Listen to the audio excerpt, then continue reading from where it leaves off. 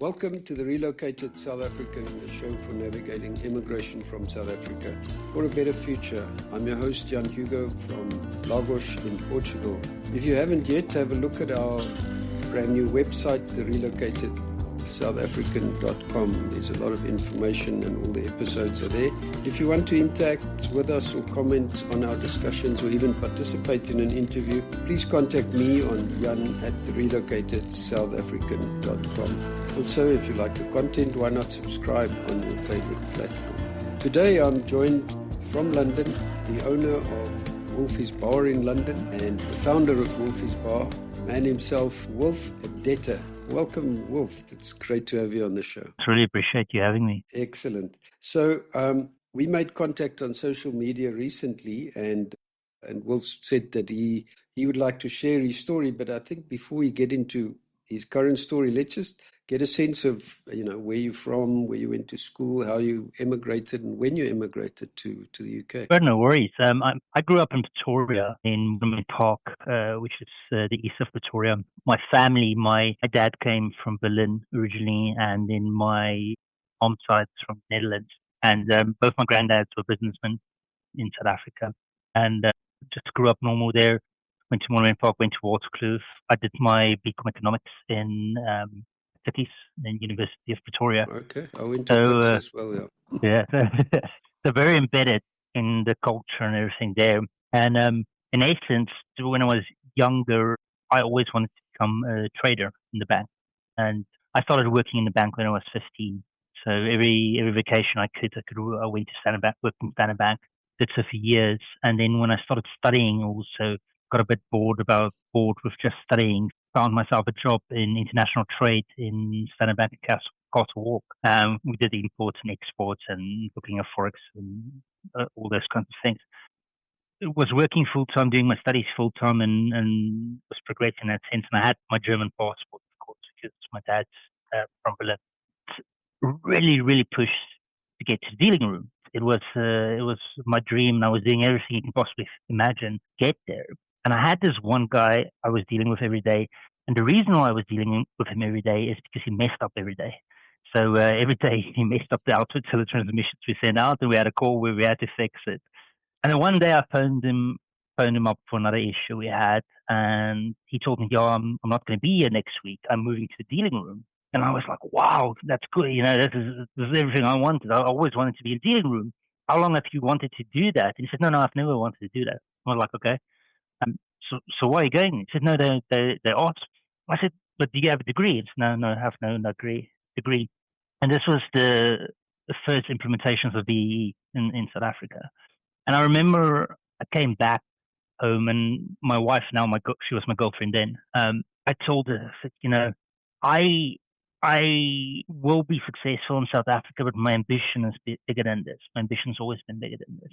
I want to go overseas. I want to go try it out. And I decided on London because London was one of the financial hubs. All the banks are here, and it's English speaking, so I can actually function here. Because even though I'm from German descent, my dad passed when I was very young, so my German's very poor. And also there's a difference between having the capability to do business in English or German or anything like that. Absolutely. Yeah. So we decided to come across. Originally, the deal with her, but she's just going to come over with a 2-year working holiday visa. He wasn't sure about it yet, but we came over. Sorry, can I just interrupt you? She's South African. Yes, yeah. We both. Okay. But I mean, she didn't have a German passport. No. Okay. And just time-wise, when was this around? Which year? This was 2006 or 7. Okay. So it's quite a while. Okay, it's not recent. Yeah. Okay. Yeah, we've been here for over 20 years now, or just about 20 years. Okay. So our whole adult life, effectively, has been in the UK. But yeah, then we came over. I got a job at Morgan Stanley 6 weeks afterwards, in the derivative space, which was the space that crashed in 2008. So I went through all of that. I thought it was good and great, but then I just ended up in a department that was destroyed within 2 years. And with Marika, we brought over her products, her machinery and things like that in a pallet. And she started doing nails from our flat at that stage we moved in. And then in the years, that's progressed. So she's built a hair and beauty salon over the years that we've done about 4 or 5 alterations of it. So we kept on getting bigger, bigger, bigger, bigger. And now she's the flagship dermatological beauty salon in London. Wow. Yeah, we've got she's got 12 staff and all of those things. Anyway, so then as the years progressed, we opened a couple of other things. We opened up Wolfies Bar 5 years on. I've always been in finance, a side hustle, if you want to call it, but it's a full hustle. So I've always been working in the banks. I've worked for Morgan Stanley, Bank of America, HSBC, Citigroup. I've worked for all of the bigger names. And we were here for the last 20 years, and then 7 years ago, we got Mr. Wolf, my son. He's 7 years old now today. And yeah, it's also one of the reasons why we're relocating back to South Africa at the moment. Okay, cool. We're going to get to that now. Just the idea to start a bar. I know it's a bar, coffee shop, and I know the finance because although I worked in banking, that's not my forte, the dealing side. But the NTFs that you have and that you talk about a lot on social media. So just a quick story about the bar, and I know you said it's named after your. Yes, yeah. So there's a bit there. So we named the bar after Wolf, so Wolfies Bar. We call him Wolfie, and you'll see if you go into the bar, it's got a giant giraffe in the middle. And the reason why it's got a giraffe with a chandelier in his mouth is because Wolf's favorite animal is a giraffe. So we built it for him in that context. We did the bar for a couple of reasons. We wanted to expand the footprint of our salon. So we basically took over the street in the development we were in. We always wanted to try a restaurant. When we went through COVID with the salon, that was the only thing that was still making money. And we thought that's a good way to diversify ourselves for the future because the salon almost went under in COVID. It was a really, really tough time. So what people don't always understand is that the overheads of those things are so big. So it doesn't really matter if there's some sort of support from that was out there. It's just not enough. It's really expensive. We decided to build the restaurant and name it after Wolf, and also because Wolf has got his challenges that he's dealing with. We thought that let's start something that he can maybe take over or have a future in the future if he doesn't want to go study or do anything else. That's the origin of it. In context of the NFTs and those things about it, I paid for Wolfies Bar with my crypto investments originally. Whoa. The funny thing about that was that I've always invested over the years. So, when I was at school, I wanted to be a trader and I studied technical trading. And then I started trading and I lost all my money. And then I decided, okay, so the way to go is fundamentals. So I studied fundamentals and started trading based on that. And then I lost all my money. And then I decided I'm just going to buy stuff that I believe in and which I use. And I did that over the years, and it's been a very successful strategy for me. So I did that over the years, and I saw Bitcoin the first time in 2012, and I thought this magic internet money nonsense is this, and I just ignored it. And then in 2019, I was hit with £100,000 tax bill, which they wanted within 30 days.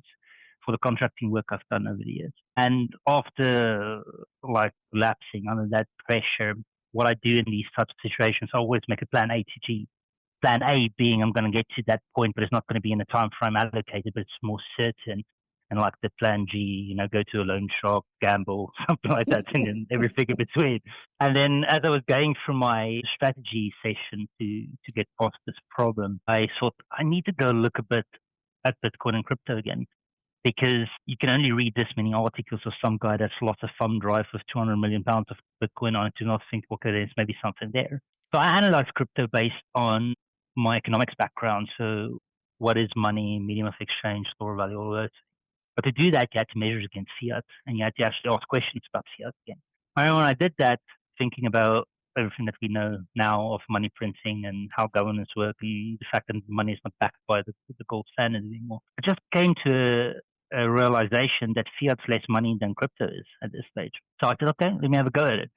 So I looked at it and I bought my first Bitcoin at that stage for £3,000. And then I bought 48 GPU miners, which I mined from a garage. My wife loved me because they run at 96 decibel and they pump out the heat like mad. I did that for a year. I got a few cloud contracts in Norway where you buy the capacity of the miner. I bought a miner that I put in on a farm in China, which got seized in the end, but I made my money from it. So I did all of those things. I spent about £13,000 in total. And then over a year and a half, I changed that £13,000 to £350,000. And the funny thing is, the really beginning of the bull cycle. And then we started building Wolfies. And then originally we thought like Wolfies is going to cost the same as the salon, because it's a little bit smaller than the salon. But the new salon we built like 3 years prior to that. There's a few more fridges and things for that, but there's more plumbing in the salon. And then we went for the quote, and then the quote went up to £300,000 in the process. And the salon originally cost us about £200,000 to build.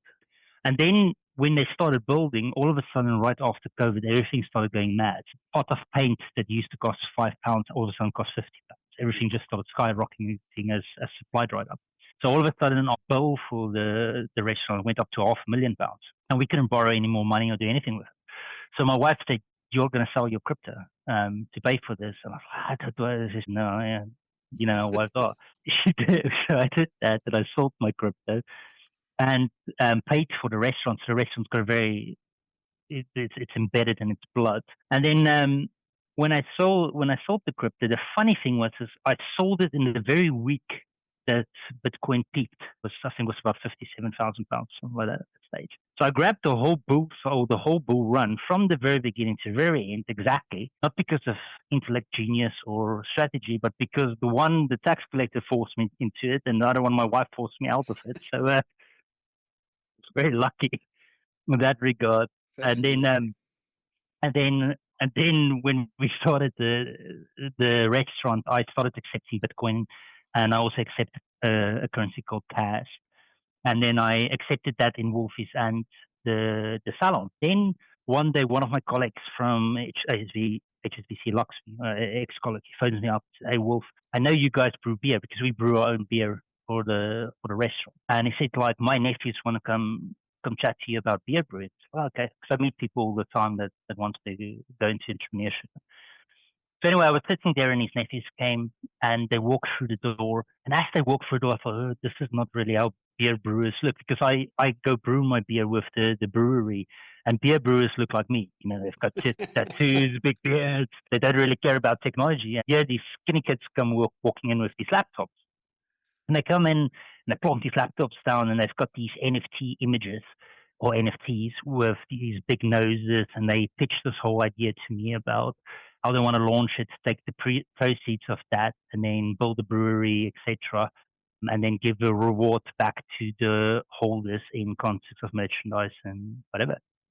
And then they put this plan in front of me and said, like, month 1, we're going to open up a brewery. Month 2, we're going to open up a restaurant. Month 3, we're going to open up a hotel. And I'm like, well, guys, do you know what it takes to open up a physical business? And I've been on both sides of the coin of this. So I was like, this is if there's not enough capacity for this, you can't upscale a few cloud computers for extra capacity. You can't go to the previous version. If that pipe in front breaks and my place starts getting flooded, either I need to fix it, or a plumber needs to fix it, or someone needs to fix it, or the business is gone. And then I started explaining to them the complexities of all the licensing and approvals and what you would need to be able to do that. Went through the whole list of things. And by the end of it, they just went, "No, we're not doing this." So they left. And I was driving home that night, and I was thinking about it. And then when I came home, I told Marika, all the things that's worrying these kids, the building of the business, the merchandise, beer, all of those things, we've already mastered this and conquered this over the years. We've gone through all the pain and the trouble with it. It's not a problem for us. We just don't have the NFT. So then I started studying up on what NFTs was, and I had the same view about NFTs as what I had about crypto in 2000 as well. Yeah. And so when I first saw NFTs, it's like, okay, there's a picture of a monkey. Yes, it's encrypted with a 255-bit code, but if someone in Brazil takes my monkey and uses it, I mean, I've been in lawsuits and things over the years with businesses. The cost to pursue this guy using your monkey in Brazil is not going to be worth it. But then when I realized that it's actually a membership and the image is actually irrelevant, it's about a membership that is sellable and movable in a liquid market, and you can attach things to it, more and wonderful things than you can imagine, like merchandise and revenue share and all kinds of. And that's where the idea of the Wolf Pack originated. So I created 10,000 NFTs. They're all based on my family.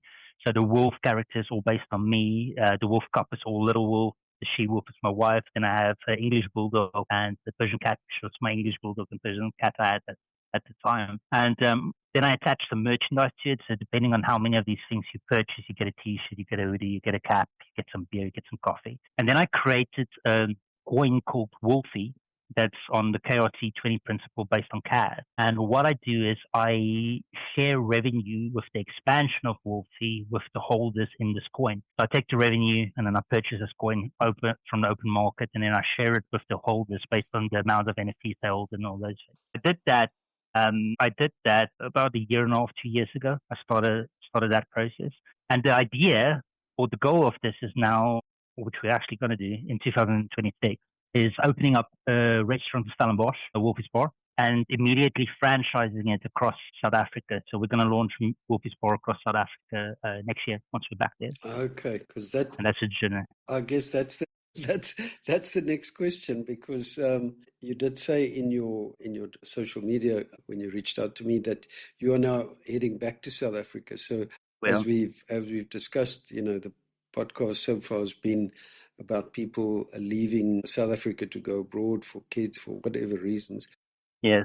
And I have spoken to some people who have gone back to South Africa, people who went back after 9 years in Ireland. They always had planned to go back.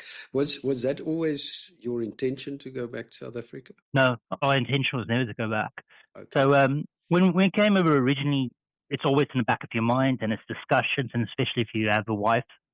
Women tend to be more family focused, and it's harder for them in that process than men. Once we make the decision, we don't really care. So that went on for a few years, but then at some stage we made peace and we became happy and embedded in the UK life. We became successful. So, we were purchasing flats and houses and growing up and cars and all of the noise. We did that for a long time. And then when we got our son has got autism, ADHD, ASD, and arthritis.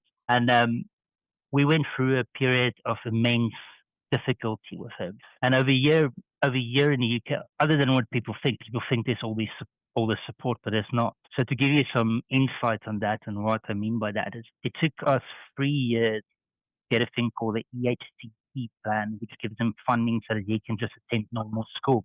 And we had to almost go to court. So the fight ended up to being to that extent before we could do it, even though we had to take care of him completely because he couldn't go to school. So we had to divvy it up between the two of us while running all these businesses and working and all of those things. It was quite tough. And then you can't really get help here, not only due to cost, but predominantly because it's such a specialized field. So it becomes so excessively expensive that it's unfeasible, it doesn't work. And then if you want to do basic care, so say for instance speech and language therapy, we only got access to speech and language therapy from the state when he was 6 years old. And what that compromised of is that the speech and language therapist goes to his school every 3 months and have a discussion with his one-on-one on what strategies he follows, and then she gives them some suggestions on what she thinks needs to happen, and then they go again. So it's not a one-on-one. And if you want to do one-on-one, a one-on-one session here costs about £150, which is significant in rand, like, what's that, like 3,500 rand. So that's one. And if you want to do one every day, so that starts going up to like £3,000 a month.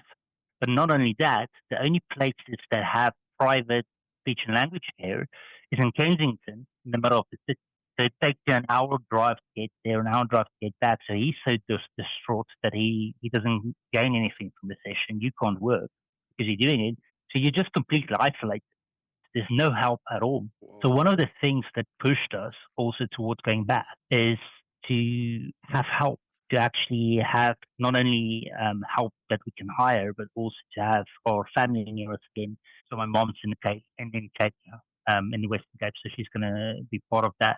And that's one of the things. But for me personally, when I went through my tax issues in 2015, I started getting involved a bit in politics in the UK. So I joined a thing called APPG, which is All Parliamentary Group, fight the retrospective legislation they pushed in that caused the tax bill.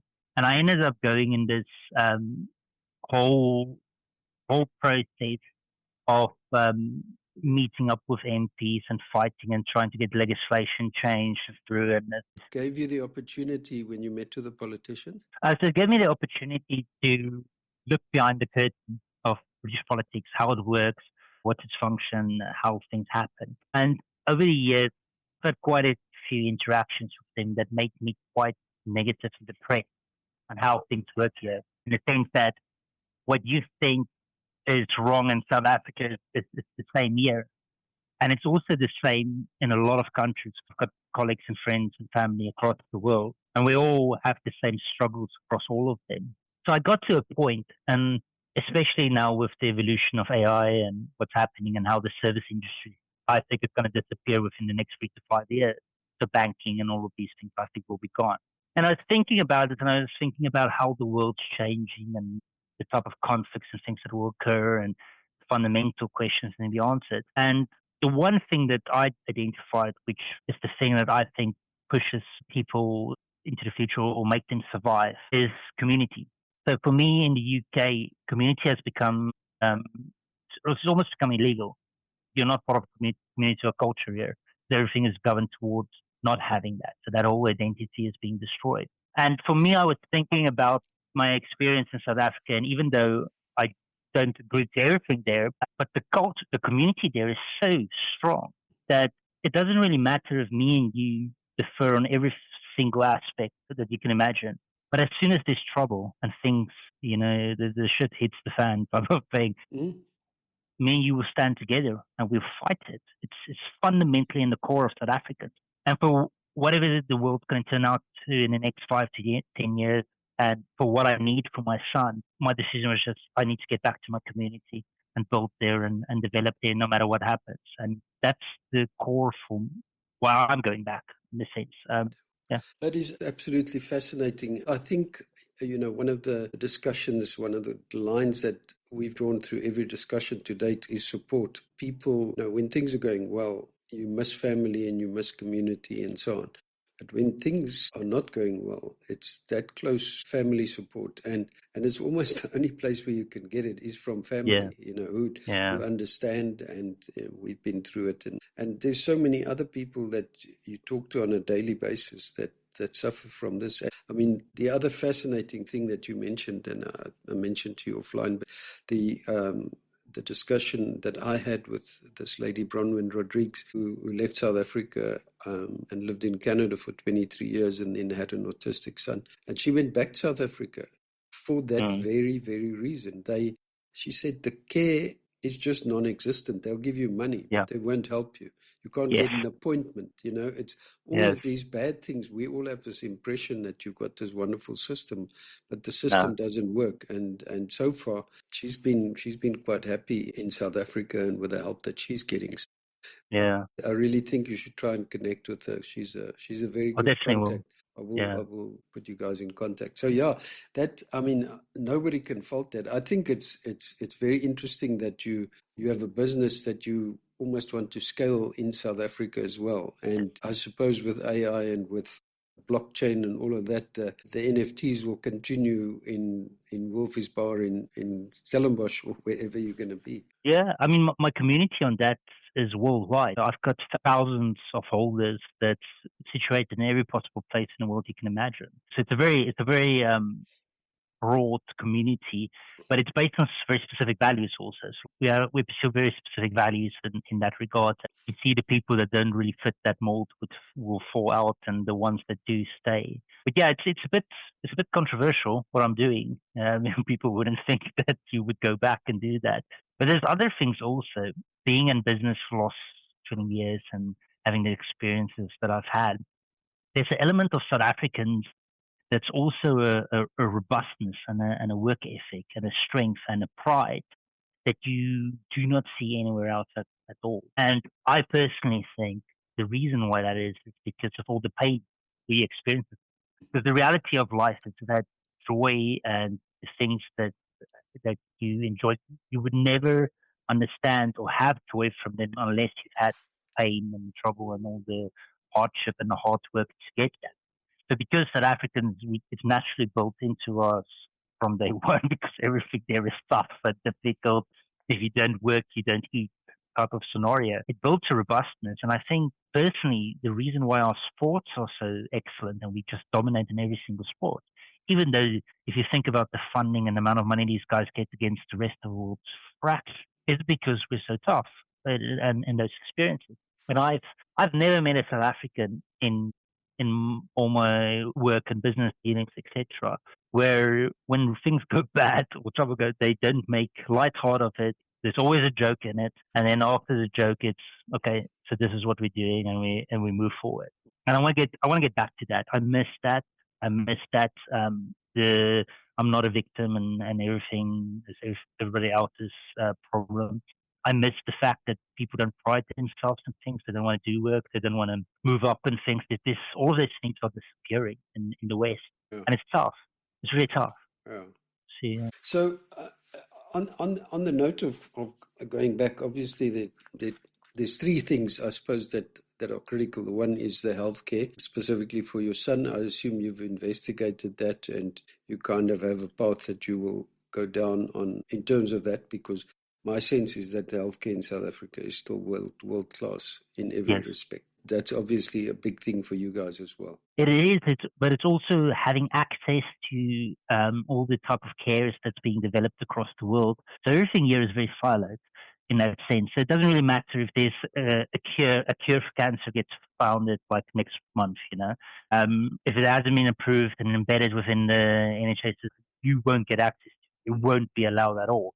And things are so slow here that it's decades before these things start appearing. So that's the one aspect of it, of healthcare. The other thing, of course, is environment. The environment in South Africa is very good in regards to nature and your interaction with that. And for instance, with my son, he enjoys nature immensely. We can see a vast difference with him from the summer over here to when we go to the winter. He really struggles with coldness. He really struggles with not being able to play outside and have the sun. So getting that back is going to be amazing. And then what you mentioned prior, the aspect of family, actually having family there that can partake with it. But I mean, we're not only excited about having the ability to give him care and having the ability to give him all of that wonderful nature and free roaming and all this, because we're moving to the Western Cape, but also actually having the ability for us to do things again. Because over here, we just need to tag team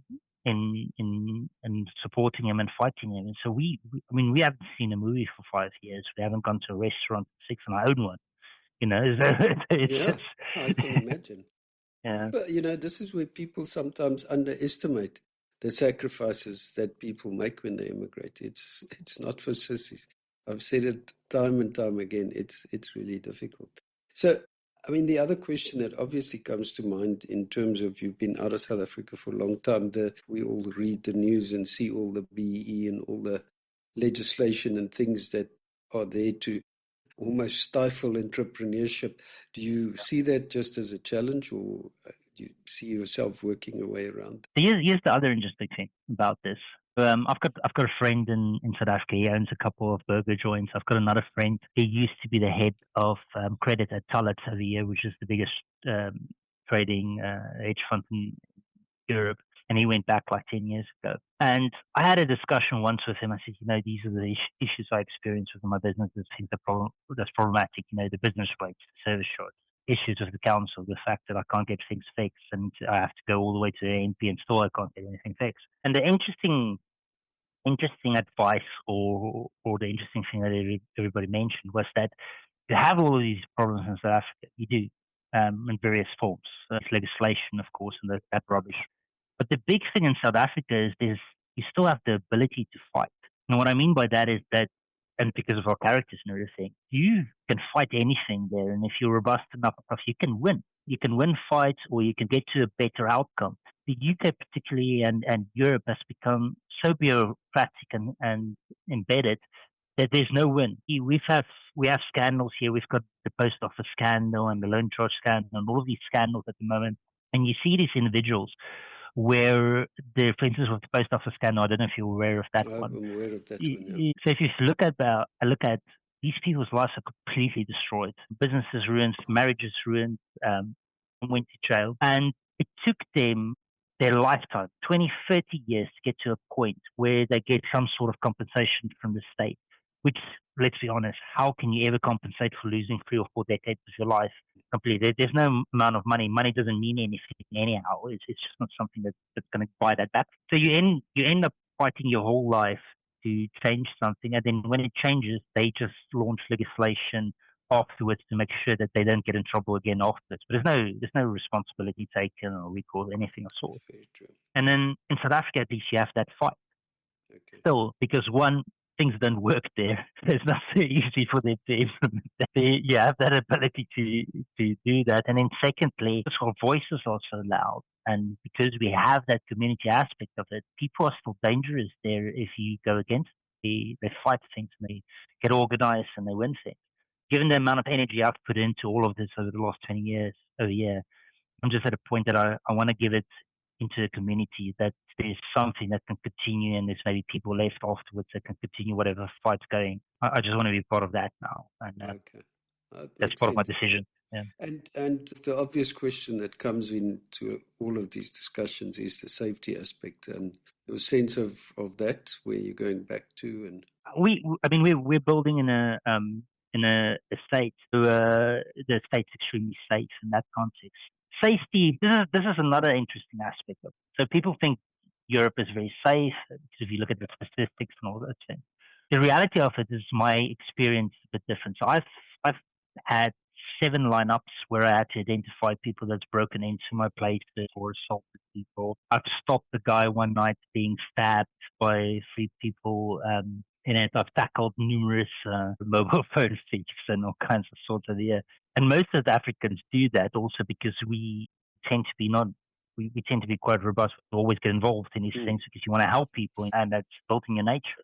So you see that world very quickly. And over here, crime is completely free. I mean, the chance that you're going to get prosecuted for anything here is 0. I think there's some statistics that of the 100 mobile phones that get stolen in London every day, less than 1 person is identified to be prosecuted, and of that 1, less than 5% ever ends up in court or anything happens to them. So it's more lucrative stealing mobile phones in London than going to a job or trading or doing anything of sorts. You'll never get those types of odds and payoffs. So crime is very bad in that sense that there's nothing that happens here. The safety element they have, of course, the brutality of it's not there yet, but it's moving towards that, and it's definitely going to get there. Yeah. And then the thing within South Africa is that you can still defend yourself and your family see that. So over here, even though I've had a lot of incidents and stuff, I'm at a point now where I have to be extremely careful getting involved in these things because you do get prosecuted for the nonsense if you get involved. There was a lady the other day, one of the refugees that came over, the illegal immigrants that came over, just walked into her house in Canary Wharf, and her sister shoved him out of the house. And the police didn't prosecute him because they said that the door was open, but they prosecuted the sister for assault and took her in with it. So you're skewed in that way. It's really tough. The safety element is also, it's experiencing, I think.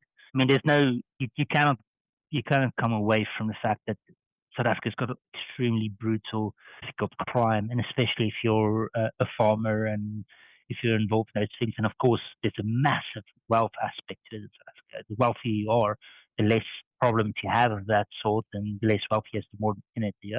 But in regard to all the experiences I've had in Europe now with the business and with crime and all those things, I would rather go take my chances there and know that even if something happens to me, there's some care for my son and Wolf because there's a community, my family is there. Over here, there's just not. There's just nothing. And the culture is just disappearing. I really do think we're seeing the end of empire. I always try to explain to people, we all have this perception history. If you look at Rome and the fall of Rome and everything, everybody thinks it happens suddenly, but it doesn't. It happens gradually. And if you look at the Roman Empire took hundreds of years to collapse. It demised in its ways.